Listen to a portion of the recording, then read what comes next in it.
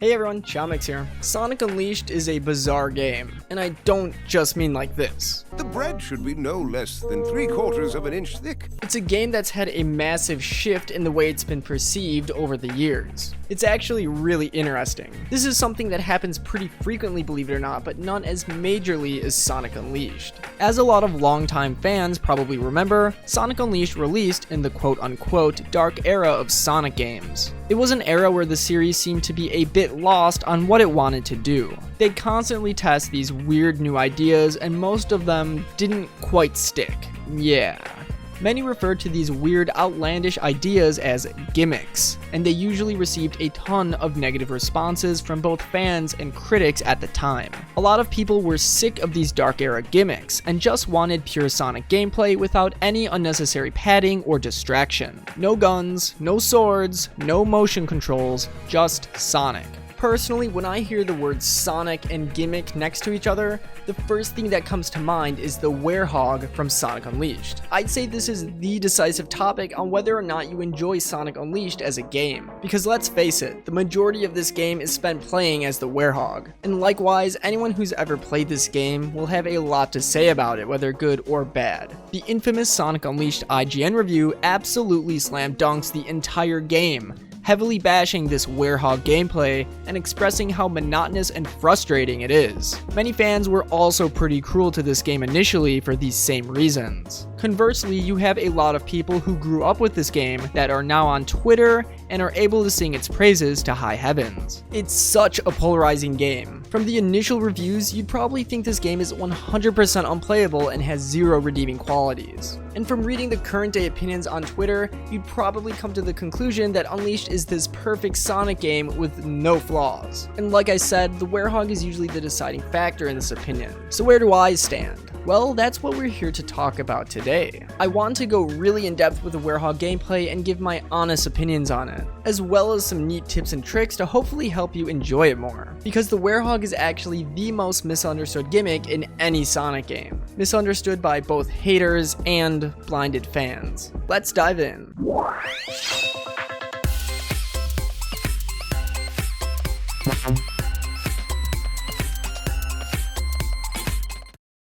Before we get started, I wanted to ask, do you like the music you've been hearing so far? Well, the music that I've been playing and even what you're listening to right now is all from the YouTube channel Hotline Sehwani. Hotline Sehwani is a YouTube channel offering remixes of your favorite video game music.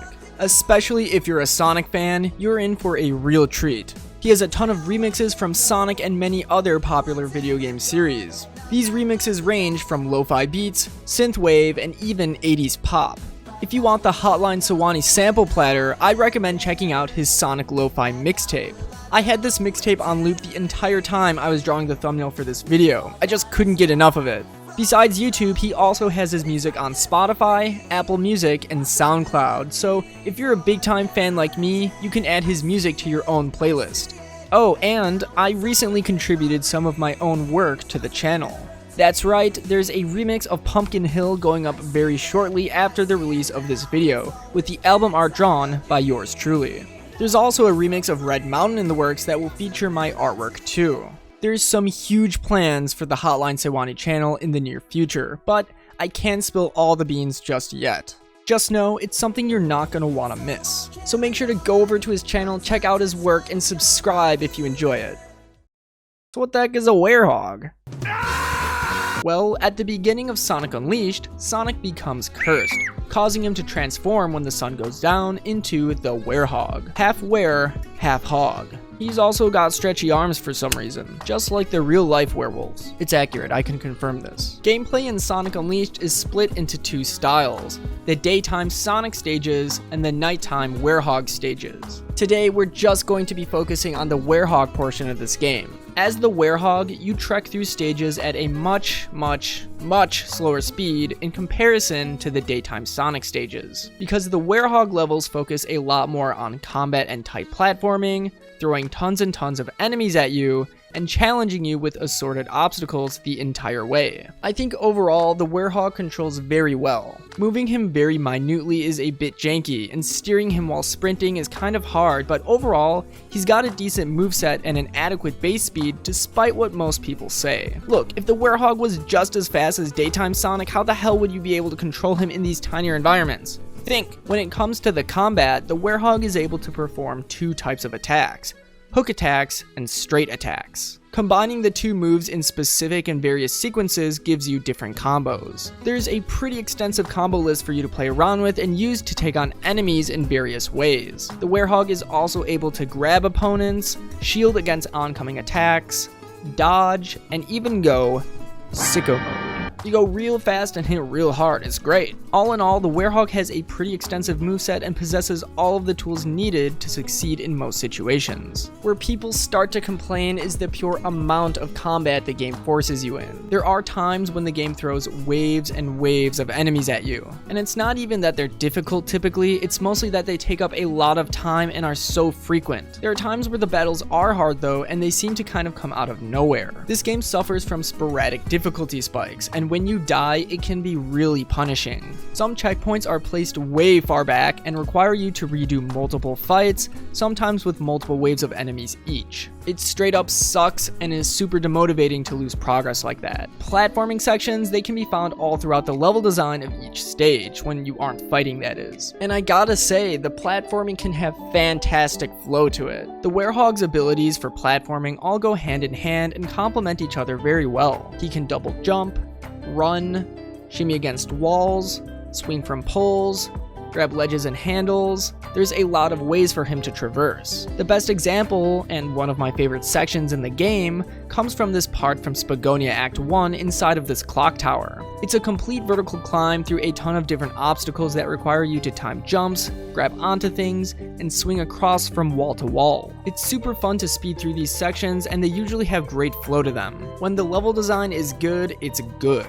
But when it's bad, it's really bad. This game is rampant with bottomless pits, even as daytime Sonic, although I only really found it to be a big problem with the Werehog. Falling into a bottomless pit is an instant death, forcing you to start from the last checkpoint you hit. And like I said, sometimes this means having to go through several waves of enemies again to make up for your lost progress. The platforming feels good, but every once in a while something janky will happen where you don't grab onto something you meant to, or you kinda just fall to your death out of nowhere. The levels can also be excruciatingly long, especially on a first playthrough. I sometimes found myself spending almost 30 minutes on a single level on my first playthrough. It can be rough and really tests your patience and perseverance. But eventually you'll get to the end of the level and you'll be ranked from S to E based on time, rings, and points. To get an S rank, you'll want to make sure to finish the level good with all of these things. Clear the level quickly, collect lots of rings, and get a ton of points by doing flashy combos and finishers, collecting Dark Gaia orbs from destructible objects, and not dying. Ranking systems are found in most Sonic games, and they add some great replayability. Sonic Unleashed is no exception. Also at the end of the level, you'll be able to level up Sonic and his various stats. You're given XP from killing enemies throughout the level, and also an XP bonus at the end of the stage. The higher your rank, the better the bonus. For the Werehog, you're able to level up your combat, strength, life, unleash meter, and shield. There's a lot to choose from, and it kind of gives a hint at what makes the Werehog tick. So what makes the Werehog so misunderstood? Well, I think it's sheerly due to the fact that it's so out of the norm in terms of pure genre. The Werehog mixes in elements of platforming that we've grown accustomed to throughout the series, but then sprinkles in some hack and slash spice. And by sprinkling in some spice, I mean they forgot to screw the cap on all the way and the entire spice bottle of cinnamon spilled out.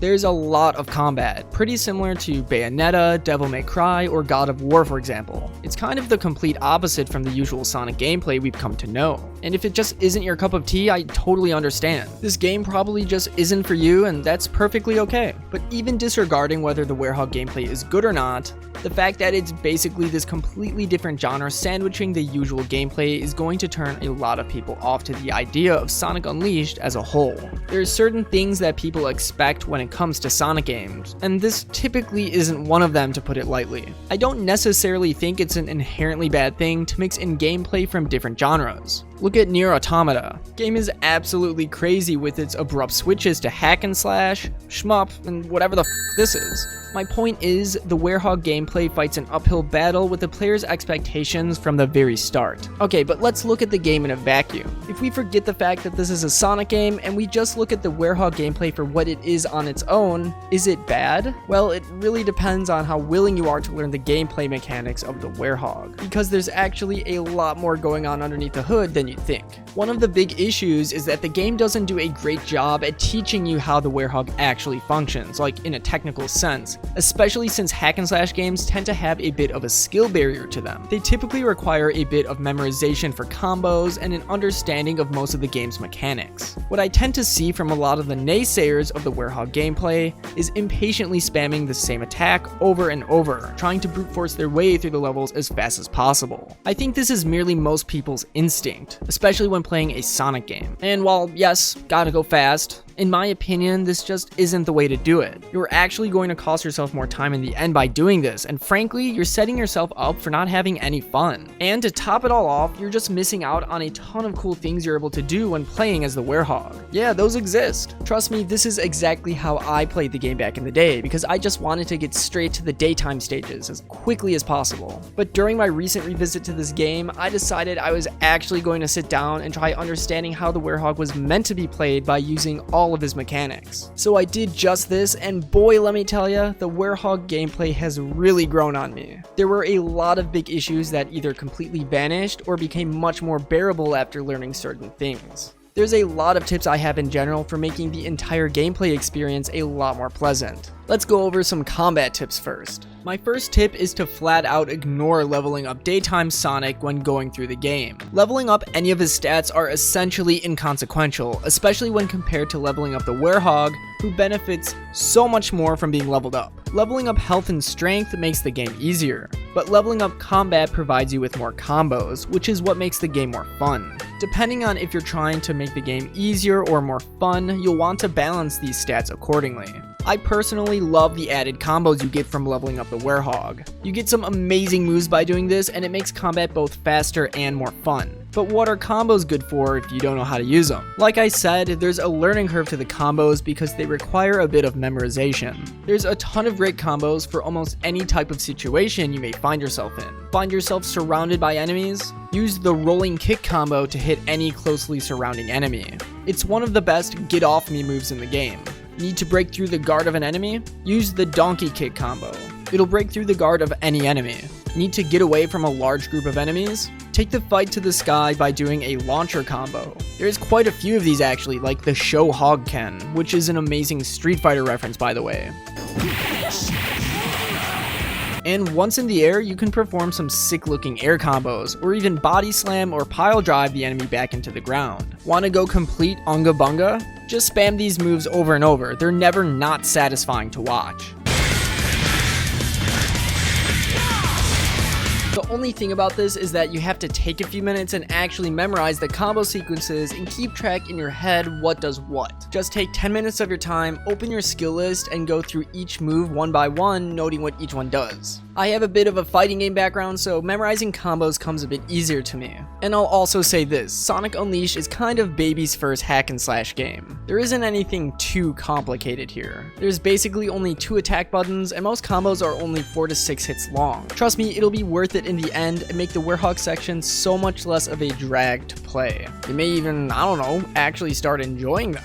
Crazy, right? Alright, so another pro tip I have for combat is a technique that I like to call the shield cancel. At any point during a grounded attack, you can press the shield button to instantly cancel the animation of the attack and bring up your shield. This is a fantastic technique for several reasons. The first and most obvious is that you're able to block incoming attacks instantly, even when you're in the middle of doing your own attack, given that you're grounded. It isn't like some other games where you have to wait for the animation of your attack to finish to be able to shield. You can literally press the shield button at any point to cancel whatever you're doing and guard. Because guarding is something that a lot of new players completely ignore. Use it and use it often. It's really good. This also means that you can completely cancel the huge end lag after certain attacks by shielding. Certain combos have some pretty big finisher moves that have a ton of end lag, so it's always best to press the shield button right after your attack connects to entirely cancel the end lag. Or even if you're doing a multi-hit move and you want to end it early, you can press the shield button to stop it instantly. Hence, shield cancel. The final tip I have for combat is to pause buffer the QuickTime events when performing grabs. Yes, those are all words. Let me explain. When you do enough damage to an enemy, a prompt will sometimes come up for you to grab them. When you grab them, you'll have to do a QuickTime event in order to successfully throw the enemy and cause damage. But if you miss it or press the wrong button, you'll actually take damage and they'll gain back a bit of health. It can be decently punishing if you miss it, especially on bigger mini-boss enemies. Also, the more health they have, the less time you have to react to these QuickTime events. What you can do in this situation to make reacting infinitely more easy is pause right when the button prompt shows up. Now you have all the time in the world to figure out what button you have to press. So then just unpause and press the correct button. But chaomix, that's cheating. Well, maybe it is. The game also runs at like 15 frames per second and makes the QuickTime events near impossible to react to. Nah man, we're just fighting jank with more jank. So once you get a good feel for the combat by practicing it and really understanding how it works, you'll be able to test your skills in actual levels. Because the Werehog levels have more than just combat. I have some tips that should make the platforming experience a lot easier too. Some of your combos are actually really useful for platforming. First, there's the aerial claw slash and spin, or what I'll be shortening to, the aerial spin. It's an aerial combo that lunges Sonic forwards at the end of the combo. It can be used to get a bit of extra horizontal distance after using your double jump, and even help you reach certain sections the game otherwise never intended you to get to. I like using this move during tightrope sections to just completely jump over them. You can also just entirely skip certain sections of the level by utilizing the aerial spin as a third jump. It's also great as a last-ditch effort to save yourself from falling to your death. Whew! The next move is the Werehog Ken, which has Sonic perform a massive uppercut, launching him high in the air. This move can be used to reach high up locations that a double jump can't quite access. The perfect example is this medal in Apato's Act 1, where you'd normally need to lug over a huge stepping block to reach. But if you use the Werehog Ken, you can just uppercut your way all the way up to the medal and save yourself a good minute or two. Actually, you're able to use the aerial spin and the Werehog Ken in conjunction with each other, and you can do some pretty crazy stuff. There's this section in Empire City Act 1 where you can just completely jump over this door, locked from the other side, bypassing a considerable portion of the level. There's a bunch of other crazy things you can do with it, but we'll leave it at this. Alright, I set you up with all the information you need to know to become a pro gamer at the Werehog levels. So now the game is perfect, right? Well, not really. Even with all this new information, there are still complaints from earlier that just don't go away. There will be times when the game is just janky, and that's how it is. The Werehog sometimes doesn't have a drop shadow, so your depth perception gets thrown out the window. The frame rate dips into the single digits a lot, frequently throwing you off. Some enemies are complete bullshit, like these fire wizards where you need to throw these water buckets just to attack them normally, or these pink bees that literally just don't have hurt boxes sometimes. Look at this, they're just invincible. The entirety of Eggman Land.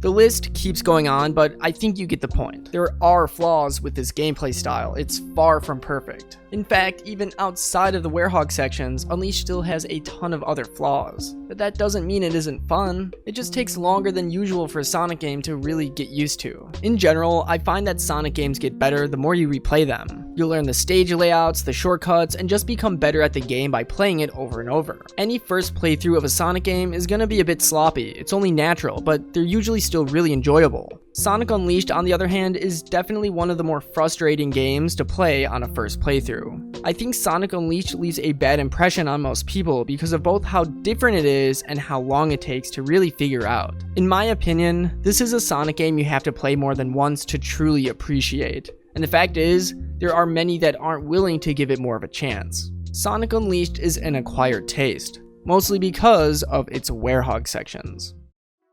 Sonic Unleashed is an unconventional Sonic game, but that isn't an inherently bad thing. The Werehog will no doubt break many longtime fans' expectations of a Sonic game, especially on a first playthrough, and I totally understand if this game just isn't up your alley. Personally, I think the Werehog gameplay is pretty fun, but only if you're willing to be a bit more patient with it and take time to learn what you're doing. It's a completely different mindset from the other half of the game, and the two different gameplay philosophies isn't always something players can continuously adapt to and from throughout the entire game. I'll be real, if it wasn't for me making this video, my opinions on the Werehog may not be as highly as they are now. Only because I had to go back and replay all of the levels to get footage did it really force me to become better and learn what actually makes the Werehog tick. So doing all of this has made me really warm up to Sonic Unleashed as a game. I'd even go as far as to say Unleashed might be one of my favorite Sonic games now. But Generations is still better, sorry Matt.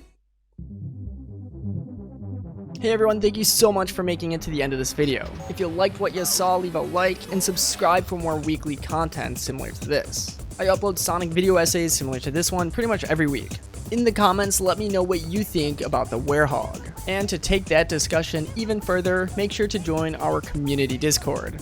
The link to that will be in the description. And finally, you know I gotta thank all my channel members. You guys are my #1 motivators and the biggest reason I'm able to keep doing YouTube on a weekly basis. If you'd also like to become a channel member for only $2 and get some amazing perks, press the join button beneath this video or go into the video description and press the channel membership link. And with all that being said, I hope everyone has a fantastic day. Peace.